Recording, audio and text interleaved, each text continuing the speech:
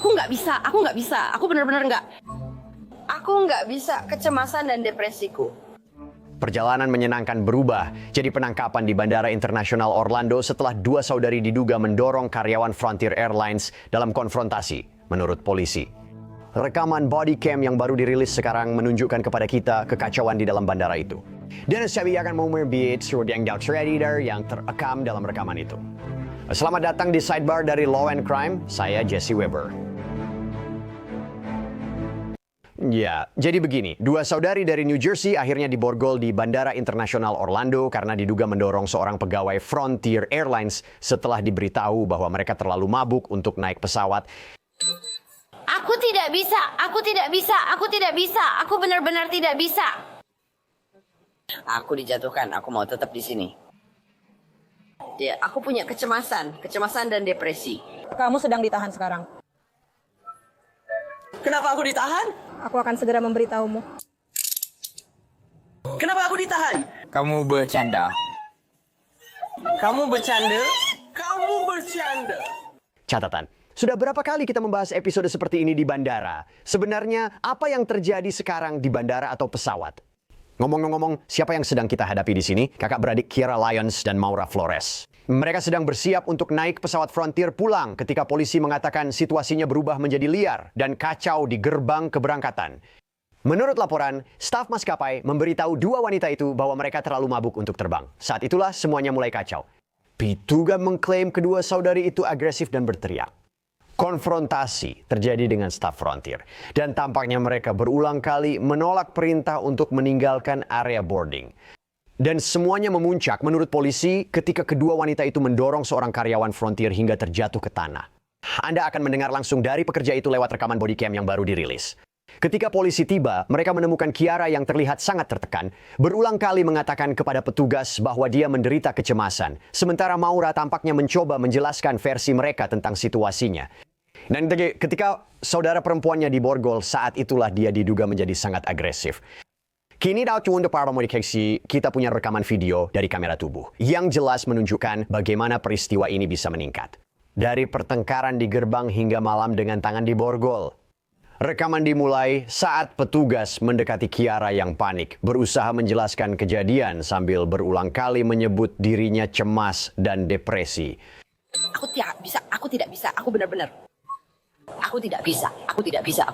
Ya, aku benar-benar tidak bisa. Aku diturunkan, ingin tetap di sini. Aku mengalami kecemasan dan depresi. Ya.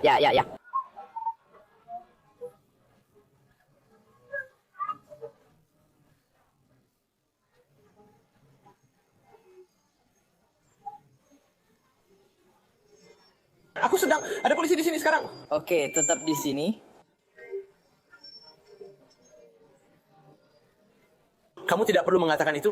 Iya, dia pria itu mendorongnya ke tanah dan dia jatuh. Iya. Oke, semua orang berteriak dan bicara. Maaf, aku baru saja lulus. Dia akan lulus kuliah besok. Kamu punya kartu tanda penduduk? Kamu punya kartu tanda penduduk? Kami punya rekaman video, dan aku punya... Tenang saja. Dia sangat cemas. Sebaiknya bicara denganku. Aku benar-benar... Kamu tetap di sini. Jangan lakukan apa-apa. Jangan khawatir. Aku mau ayahku. Berikan kartu tanda pendudukmu.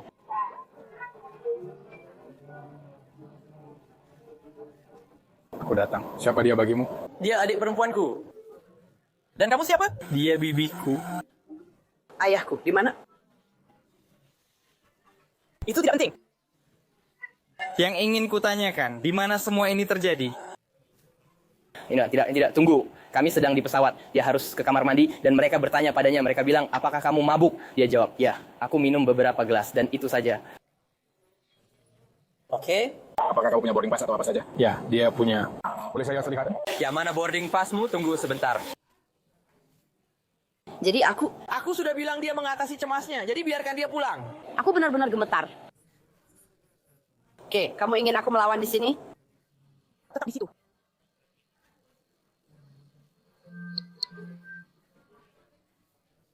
Aku mau ayah. Oke, ya ampun. Ayah nggak ada di sini. Kamu baik-baik saja. Dia mengatakannya karena dia... Tidak. Oke.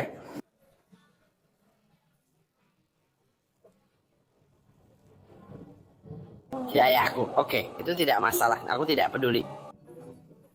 Sekarang, para petugas pertama-tama berbicara dengan para saudari di dekat gerbang, mencoba memahami apa yang terjadi di sini kan? Nah, Kiara yang jelas kewalahan mengulangi bahwa dia berjuang melawan kecemasan dan depresi, memohon pengertian sambil mencoba menjelaskan kejadian di jembatan pesawat. Saudarinya Maura berada di dekatnya, bisa dibilang sama-sama gelisah. Petugas berusaha mencari tahu siapa yang terlibat dan penyebab pendorongan ini. Ini benar-benar sebuah adegan. Kegelisahan kedua saudari itu terlihat jelas dan para petugas berusaha memisahkan fakta dari kebingungan. Kemudian polisi menanyai karyawan Frontier yang mengaku terluka saat konfrontasi ini. Dan dia mencoba menjelaskan bagaimana konfrontasi itu meningkat dari perselisihan verbal, sebuah ketidaksepakatan menjadi kontak fisik.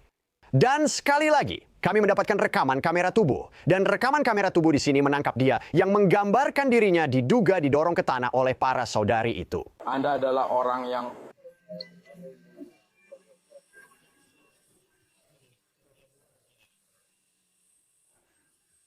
Dan apakah Anda punya identitas? Jadi tolong jelaskan saja kepada saya. Pramugari memberitahu saya gadis itu mabuk dan sedang di kamar kecil. Kamu tahu yang mana? Yang termuda agak pendek. Bukan yang bertato, yang satunya kan? Iya. Jadi silakan lanjutkan. Saat mereka bilang dia mabuk, saya harus menelepon GSG atasan saya. 28. Dia muncul. Mereka mulai berteriak di pesawat. Aku diminta menelepon kalian karena mereka menolak pergi. Dia menisiakan jembatan pesawat. Aku sempat mengikutinya keluar dan memintanya menarik kembali jembatan pesawat. Dia berbalik, mendekat ke wajahku dan berkata, "Sialan kamu dasar perempuan gendut." Aku bilang, "Terima kasih." Dia berbalik. Saat dia menghadapku, dia mendorongku lalu berbalik. Lalu kakaknya datang dan mendorongku lagi sampai aku tersandung. Jadi keduanya memukulmu? Iya. Lalu aku tersandung, lalu sepatuku dan aku jatuh ke tanah. Oke. Yang lebih muda, pendek, dan kurus mendorongku duluan, lalu kakaknya yang lebih besar mendorongku setelahnya. Oke. Semuanya bermula dari fakta. Jadi kamu bilang ada yang mabuk di pesawat atau seseorang bilang, aku tak bilang apa-apa pada mereka. Oke, jadi apa sebenarnya yang terjadi? Mereka sedang mabuk. Dan siapa yang menegur mereka soal mabuk itu?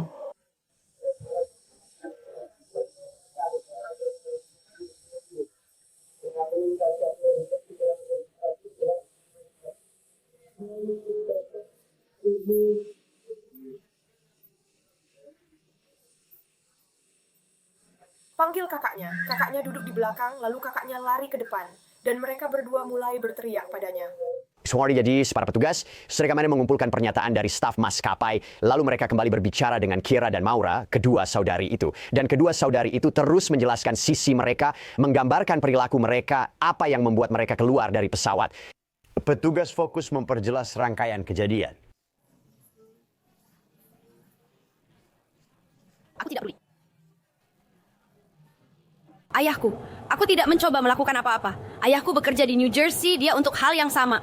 Ya, seperti yang sudah aku janjikan padamu, aku lulus besok. Sekolah seperti perguruan tinggi. Ada apa? Cowok yang mendorongnya, dia bilang, Langkah demi langkah. Maaf, dengar aku mengerti. aku mengerti, tenang saja. Mari kita santai saja. Kita tidak akan pulang malam ini. Kita akan bersantai. Ya, dia minum beberapa gelas. Aku tidak tahu. Bisa. Aku mencoba kembali ke tempat dudukku.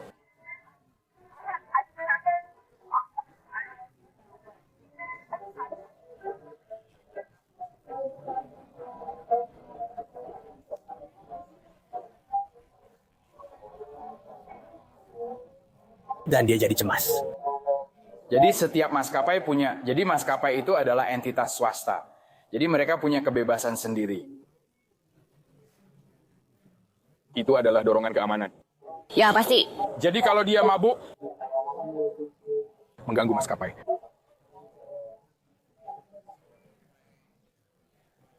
Tapi bagaimana dengan host yang mendorongnya? Ya, itu sebabnya dia cari info dari Jose Charles yang Untuk pulang. Lalu gadis yang satunya jatuh. Setelah Jose mendorongnya, gadis yang satunya jatuh. Dia bilang, aduh, aku terluka. Pramugari satunya lagi, aku tidak tahu namanya. Aku pikir, kamu bercanda. Aku lihat dia pura-pura jatuh dan bilang, aduh, pergelangan tanganku, tanpa melawan. jadi aku hanya ingin membuat dia tetap tenang seperti sekarang. Ya, apa itu? Tidak, katakan saja. Mencoba melihat apa yang sedang terjadi. Seperti yang aku bilang, tim medis itu sedang datang, Yor. Dia sedang mabuk. Mereka bilang, tentu saja dia minum karena gugup dan cemas. Wajar dia minum sebelum terbang, kan? Ya, kamu boleh minum beberapa gelas. Tapi begitu kamu mulai... Tapi dia nggak minum. Enggak, aku nggak bilang begitu. Itulah masalahnya. Ya, jika mereka merasa tak terlihat, mereka enggan mengambil risiko.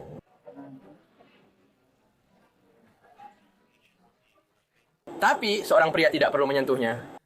Di tengah kebingungan, Kiara berusaha menjelaskan tindakannya dan alasan dia merasa tak layak dikeluarkan dari pesawat. Para petugas mendesak Kiara untuk menjelaskan langkah demi langkah apa yang diduga terjadi. Tapi dia agak kesulitan untuk tetap fokus. Karena dia terus bersikeras bahwa dia tidak bermaksud jahat dan bahwa dia berasal dari keluarga penegak hukum. Mari kita santai saja. Karena kita tidak akan... Aku sedang bicara dengan mereka. Kita akan bersantai. Jadi dia pergi ke gerbang untuk bicara dengan siapa namanya, Jose. Dia minum beberapa gelas. Aku tidak tahu namanya. Ya, aku mencoba kembali ke tempat dudukku. Aku minum obat, entah kau tahu atau tidak, tapi efek sampingnya membuatku butuh 2 kali alkohol. Jadi aku minum 2. Jadi setiap kali aku mabuk. Baiklah ya, aku minum 2 gelas. Oke, jadi dan aku sungguh... Maskapai penerbangan adalah entitas swasta sehingga mereka bebas menentukan kebijakan. Kamu lihat dia mendorongnya? Ya. Ya. Itu terlalu berlebihan.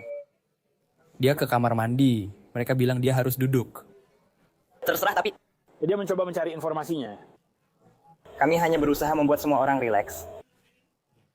Untuk pulang. Sekarang aku tahu, aku tidak tahu apakah kita bisa naik penerbangan ini, dan aku juga tidak yakin kita bisa... Jadi kalian akan naik pesawat? Iya. Untuk pulang dan aku punya...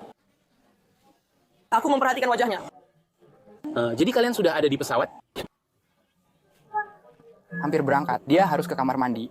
Aku harus ke kamar mandi. Ya, dan aku pergi ke kamar mandi, aku pergi ke... Ya, aku sudah berusaha. Aku pergi ke kamar mandi, Pak. Lalu mereka bilang, "Oh, kamu harus diantar." Aku seperti, oke, mereka sedang duduk dan tidak punya kursi. Dan aku seperti, oke. Ada apa ini? Aku seperti apa? Aku benar-benar seperti... Ayo ke sini. Oh, jadi aku sedang mencoba memahami ini. Ya, tidak, aku paham. Pacarku sedang pergi ke polisi negara. Aku mengerti. Jadi kamu sedang di pesawat, Yana. Kamu tuh harus ke kamar mandi. Kamu mau ke kamar mandi, tapi mereka menghentikanmu dan bilang harus dikawal. Ya tidak, mereka bilang kamu dikawal keluar dari kamar mandi. Jadi aku membawa Zola dan aku lulus dari Universitas Stockton kan? Secara harfiah besok. Dan aku seperti aku... Jadi kamu perlu diantar keluar dari kamar mandi? Ya. Jadi kamu sudah di dalam? Iya. Oke. Dan segera setelah... Tapi mereka tidak menggangguku saat aku di kamar mandi. Oke, jadi lalu apa yang terjadi? Jadi aku keluar dan aku seperti, oke, aku akan melakukan adegan. Mereka bilang, "Oh, kamu harus keluar dari kamar mandi." Dan aku seperti, apa? Kenapa? Dan aku cuma bilang, oke, terserah. Aku juga enggak peduli. Ya serius, saat aku bilang pacarku polisi negara bagian dan kami sudah 5 tahun pacaran, dia itu polisi negara bagian kamu. Mereka memohon aku ikut tes saffron yang mana? Aku paham. Aku fokus sama apa yang terjadi soal dorongan itu. Keributan itu. Jadi aku kayak, oke, aku bakal ke belakang aja, ke tempat dudukku. Soalnya menurutku ini nggak masuk akal. Aku bener-bener nggak berusaha menahan siapapun. Iya, aku memang minum beberapa gelas, tapi aku sama sekali nggak berniat melakukan hal yang membahayakan atau semacamnya. Seluruh keluargaku, termasuk kakak tertua dan saudara laki-laki, bekerja di penegak hukum. Kami berlima bersaudara. Petugas penegak hukum. Ayahku bekerja di polisi berseragam administratif negara bagian. Saya mengerti bahwa saya harus tolong Kak tetap fokus. Saya paham keluargamu di penegak hukum. Saya menghargai itu. Terima kasih banyak. Saya butuh kamu tetap fokus dengan saya dan ikuti saja. Apa yang terjadi? Kenapa? Kamu situasi memanas. Aku pergi ke kamar mandi dan mereka bilang, tidak, kamu tidak boleh kembali ke tempat dudukmu. Dan aku bilang, kenapa aku bahkan tidak bisa menemukan tempat dudukku? Aku tidak mengerti. Aku cuma minum sedikit. Terserah, kita aman kok. Mereka bilang begitu, mereka bilang kamu mabuk. Mereka tidak bilang aku mabuk, hanya suruh aku turun. Aku bingung kenapa, padahal aku baru lulus psikologi forensik dan ada wisuda. Setelah menjelaskan kebingungan soal kamar mandi dan upayanya kembali ke kursi, Kiara diminta fokus pada momen penting, yakni saat eskalasi yang berujung kontak fisik. Jadi rekaman berikut ini menangkap penuturan Kiara dan apa yang mungkin terjadi di jembatan pesawat itu. Mereka bilang kamu minum alkohol, jadi harus turun dari pesawat? Iya. Apa yang terjadi selanjutnya? Keesokan harinya aku bilang, aku baik-baik saja, tidak akan sakit. Lalu dia mendorongku. Dia mendorongmu. Iya, dia mendorongku. Saat itu aku turun dari pesawat akan memperagakannya. Dia bilang tidak mungkin, tapi dia bilang aku harus turun dari pesawat. Aku tak tahu. Iya. Oke. Iya. Jadi dia menyerangku seperti itu dan aku langsung bilang tidak, apalagi karena itu payudaraku. Jadi aku bisa melangkah lebih jauh seperti itu kalau kamu mau. Oke, kalian semua sudah melihatnya? Aku baru saja sampai di sini. Mereka tidak ada di sana. Aku tahu persis siapa yang ada di pesawat itu. Oke, jadi apa yang kalian butuhkan? Aku butuh boarding pass-nya. Kalian bisa menulis laporan lengkap tentang apa yang terjadi. Oke, ya aku bisa ambilkan untukmu. Morgan, di mana? Ya kami juga perlu boarding pass-nya. Kamu punya ponselku. Iya. Pramugarinya. Pramugarinya? Aku tidak tahu, hanya tahu itu laki-laki. Di mana itu? Di dalam? Dia ada di dalam. Setelah aku keluar kamar mandi, kita di 12C, bukan 13B. Maksudku di pesawat atau di dalam? Di dalam pesawat. Itu ada di dalam pesawat, di gerbang 13. Di dalam pesawat?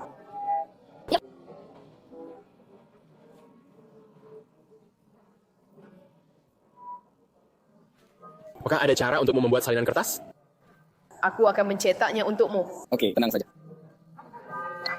Kita akan menginap 1 malam lagi di sini dan besok pulang karena penerbangannya. Aku kesal. Oke, itu terjadi di jembatan pesawat? Iya. Jadi itu tidak terjadi di dalam pesawat? Tidak, nah itu di jembatan jet. Aku ke kamar mandi, keluar, lalu mereka bilang, aku tak bisa naik pesawat. Aku bilang, kenapa aku nggak boleh naik pesawat? Aku baik-baik aja. Kalau mabuk, pasti aku bilang nggak mau terbang. Aku memang sudah cemas. Dia sempat tanya apakah aku sudah minum alkohol. Aku mencoba tahu, apakah dia berusaha membimbing kalian keluar pesawat? Itu adalah pertanyaan saya berikutnya. Tidak, itu ke payudara saya. Ya? Maaf karena saya mengerti. Jadi, apakah dia mendorongmu dengan niat untuk menyakitimu, dengan niat buruk? Dia hanya ingin kami pergi. Dia hanya berusaha mengusir kalian keluar? Aku meletakkan tanganku di atas adikku perempuan. Sekarang polisi kembali ke staf maskapai untuk sekali lagi mengumpulkan pernyataan saat mereka menyusun urutan kejadian. Dan menjadi jelas bahwa kesaksian para saksi bisa mendukung tuntutan pidana. Itu tuh membuka jalan bagi penangkapan sang kakak perempuan. Jadi selama penerbangan apakah ada seseorang yang menyentuh para gadis itu kapan saja? Hanya secara lisan dan Anda meminta mereka turun?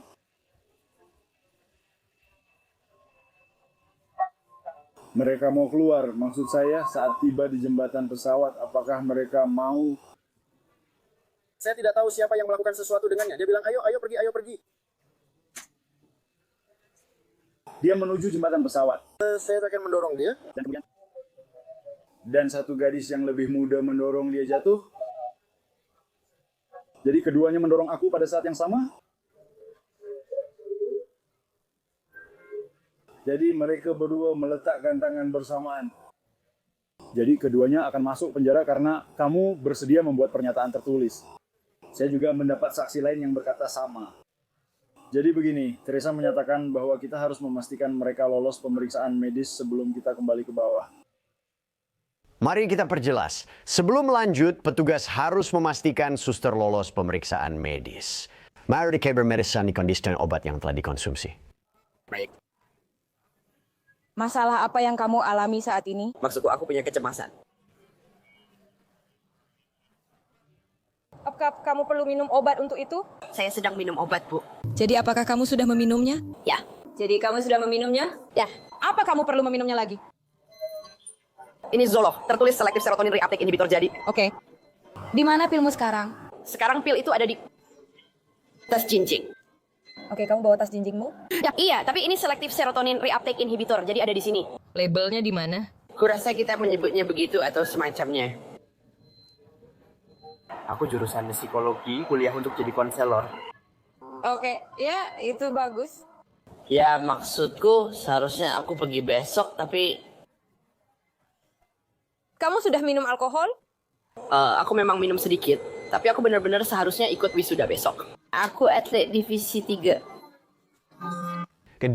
Dan inilah momennya. Inilah saat petugas bergerak untuk secara resmi menahan Kiera, memulai proses yang akan membawanya pada penangkapan. Kamu mau simpan ponselmu? Oke, apa saya juga mendapat salinan laporannya? Sebentar lagi, oke? Oke.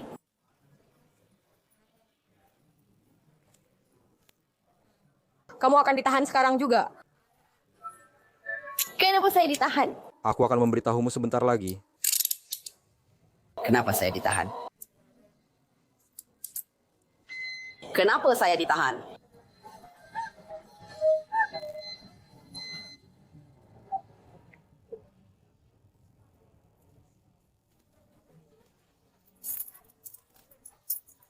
Tenang dulu, tunggu sebentar, bangun.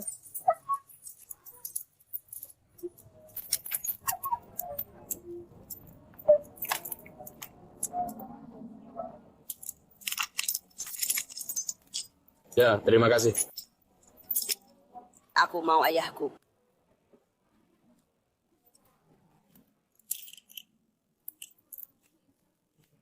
Tidak, aku ingin tahu. Tunggu dulu, tunggu dulu. Enggak, aku ingin tahu sekarang sebelum kamu melakukannya. Oke, tunggu sebentar. Beri aku 1 detik. Oke? Tidak, kenapa aku ditangkap? Kami menahanmu dulu. Oke, kenapa? Kenapa? Baiklah. Kenapa? Berdasarkan penyelidikan, kami menuntut Anda atas tuduhan penganiayaan. Untuk apa? Penganiayaan? Apa maksudnya? Menyerang pramugari. Menyerang? Aku menyerang? Saat Kiera dibawa ke tahanan, apa yang terjadi dengan Maura? Maura hanya bisa menonton dengan tidak percaya. Kepanikannya makin meningkat hingga petugas akhirnya mengalihkan perhatian padanya. Dan dia benar-benar mengalami kehancuran total. Bisakah aku kembali ke Karin? Oke, Kenapa dia diborgol dan ditahan?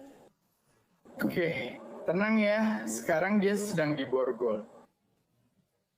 Benar, tidak. Aku melihat itu. Kenapa kalian memborgol dia? Tenang, tenang. Ada seseorang yang terluka. Ya, tadi ada gadis pingsan. Itu saja. Ada orang lain, ada saksi-saksi. Ya, mereka semua. Kalian yang mendorong dia, oke? Apa? Tidak. Oke. Jangan borgol, adikku. Aku akan menelepon. Tidak. Oke, tunggu sebentar. Oke. Aku menelepon. Aku pergi. Berhenti. Aku nggak pergi. Kamu bercanda ya? Berhenti. Kamu bercanda ya? Bobo, mundur. Berikan mereka. Mundur. Tarik napas. Mundur. Maafkan aku. Terima kasih. Tetap seperti itu. Tetap keren. Terima kasih. Tetap keren saja. Kami akan kumpulkan semua informasi dan memberitahukan mereka. Oke? Kamu bisa percaya mereka? Kamu bisa percaya kru ini? Oke, lagi. Tarik napas. Hei, berhenti. Kamu sudah melakukan baik. Tidak perlu lebih. Baiklah, aku akan mengambilnya. Pergilah ke dia.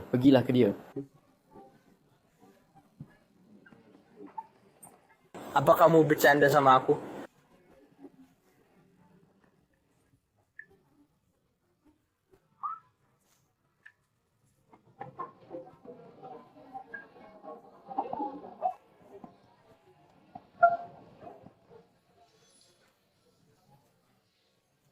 Kamu nggak perlu pegang sekuat itu.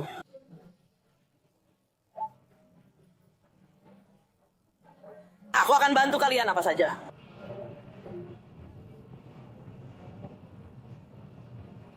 Pertama kali di borgol.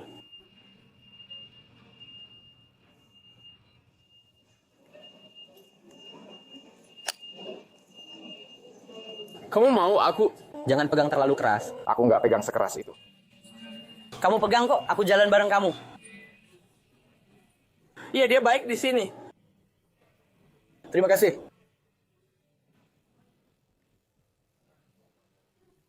Apakah kamu punya yang lain? Kamu akan mendapat kesempatan untuk bicara dengannya. Ya, oke, cobalah untuk rileks. Bagaimana Sharon membawa semua tas itu sendiri? Kenapa aku ditangkap? Kita akan menelepon seseorang untuk membantunya menariknya keluar. Kenapa aku sudah ditangkap? Kenapa? Katakan padaku kenapa. Jadi mereka bilang kalau itu bukan hanya... Kalau itu kalian berdua... Oke. Dan itu bukan hanya dari dia saja, kami juga mendapat kabar dari orang lain yang bekerja.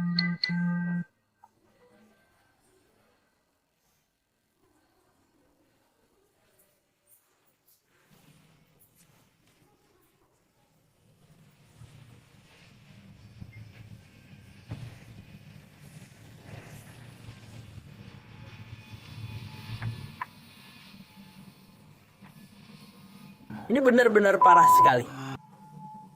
Bisa lepaskan borgolku agar aku bisa masuk mobil. Tidak. Kamu tidak bisa melakukan itu. Maaf. Aku bukan penjahat sialan. Aku mengerti itu. Aku bukan penjahat sialan. Tolong periksa aku dan lepaskan ini. Aku tidak mau memakainya. Dengar, kami tidak bisa melepasnya. Tolong tenang. Tidak, aku tidak bisa. Aku tidak mau ini dipasang. Tolong lepaskan. Semakin cepat kamu membantu, semakin cepat ini selesai. Kami butuh kamu tenang. Adikmu di sini. Kalian akan pergi bersama-sama. Yang perlu aku tanyakan, apakah kamu masih membawa sesuatu? Kami akan menggeledahmu, ya? Geledah saja aku. Geledah saja aku. Aku tidak peduli. Lepaskan saja ini. Aku ingin kamu tetap tenang. Maura semakin panik saat ditempatkan di kursi belakang mobil patroli. Dia zionasi pada para petugas untuk melepas borgolnya. Bersikeras bahwa dia dan adiknya lah yang sebenarnya menjadi korban di sini. Laura, tidak apa-apa. Kamu baik-baik saja. Saya akan menggeledah kamu sebentar saja. Apa yang kamu... Tidak, Bu.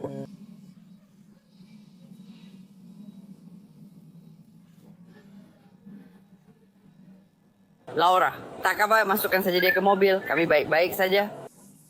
Apakah Anda akan membawa mereka? Nikotin? Tidak, Ken. Itu nikotin. Mungkin sih tidak. Tidak ada nikotin? Tidak. Terserah, ambil saja. Aku benar-benar tidak peduli. Apa kamu mau naik ke sana? Ya, aku akan ikut dan melihat-lihat bersamanya. Kamu bisa mengambil itu. Kami tidak punya kartu tanda penduduknya di sana. Oh, karena itu ada di dalam tas. Di mana kartu tanda pendudukmu? Itu ada di dalam tas di sana, di atas sana. Apakah ada yang mengambil? Sudah aku kirim beberapa fotonya. Tunggu dulu. Kenapa kami yang ditangkap? Kakakku yang diserang. Kamu punya videonya? Aku punya video dia berteriak pada kami. Tapi aku sedang bersama cewek yang pura-pura cedera parah.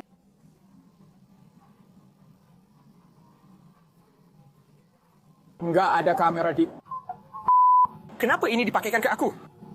Kenapa ini dipakaikan ke aku? Tolong dilepas, aku penata rambut dan punya radang sendi. Bo, bisa tolong periksa dia dengan cepat? Kamu bisa keluar dulu. Periksa dia dengan cepat ya. Ini ponselnya dia. Tidak, Bu.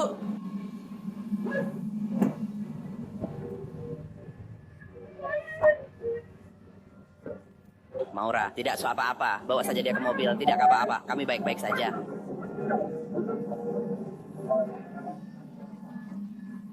Mungkin tidak. Nikotin?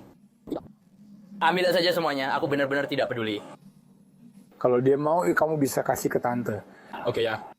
Kamu mau naik ke atas? Ya, aku akan kembali bersamanya dan melihat-lihat. Itu adalah, kamu bisa ambil itu.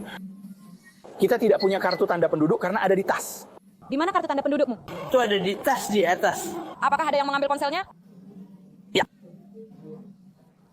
Kenapa kami ditangkap? Adikku yang diserang. Tidak, mereka berteriak pada kami, tapi aku tidak. Gadis yang pura-pura pergelangan tangannya patah itu. Sudah, ya, gue akan periksa lagi. Aku tidak khawatir. Oke, aku juga tidak khawatir karena kamu tidak melakukan kesalahan apapun. Mengapa kamu tidak ceritakan ulang ke mereka apa yang sebenarnya terjadi? Aku akan menunggu sampai kalian menjelaskan kepada kalian alasan kenapa kalian diborgol lagi, oke? Jelas terlihat seperti kalian minum beberapa gelas. Oke, itu normal. Apapun yang mereka coba lakukan untuk mengeluarkan kalian dari pesawat, apapun itu, terjadi sebuah keributan. Saat ini ada seorang perempuan yang mengalami cedera. Aku sudah memberitahu kalian tentang dia. Oke, dengarkan. Apa saja? Lepaskan ini dariku. Ada seorang perempuan duduk di sini. Apakah kamu akan membiarkan aku jelaskan? Aku ingin ini dilepas. Aku ingin ini dilepas. Ini menyakitiku. Aku belum terlalu sakit, ingin ini dilepas. Oke, dengarkan. Aku ingin ini dilepas. Kalau kamu terus bergerak, mereka akan terus terasa sakit. Tidak, mereka tidak masuk ke pergelangan tanganku. Mereka masuk, lepaskan saja. Jangan mempersulit. Lepaskan saja. Lepaskan saja. Lepaskan saja.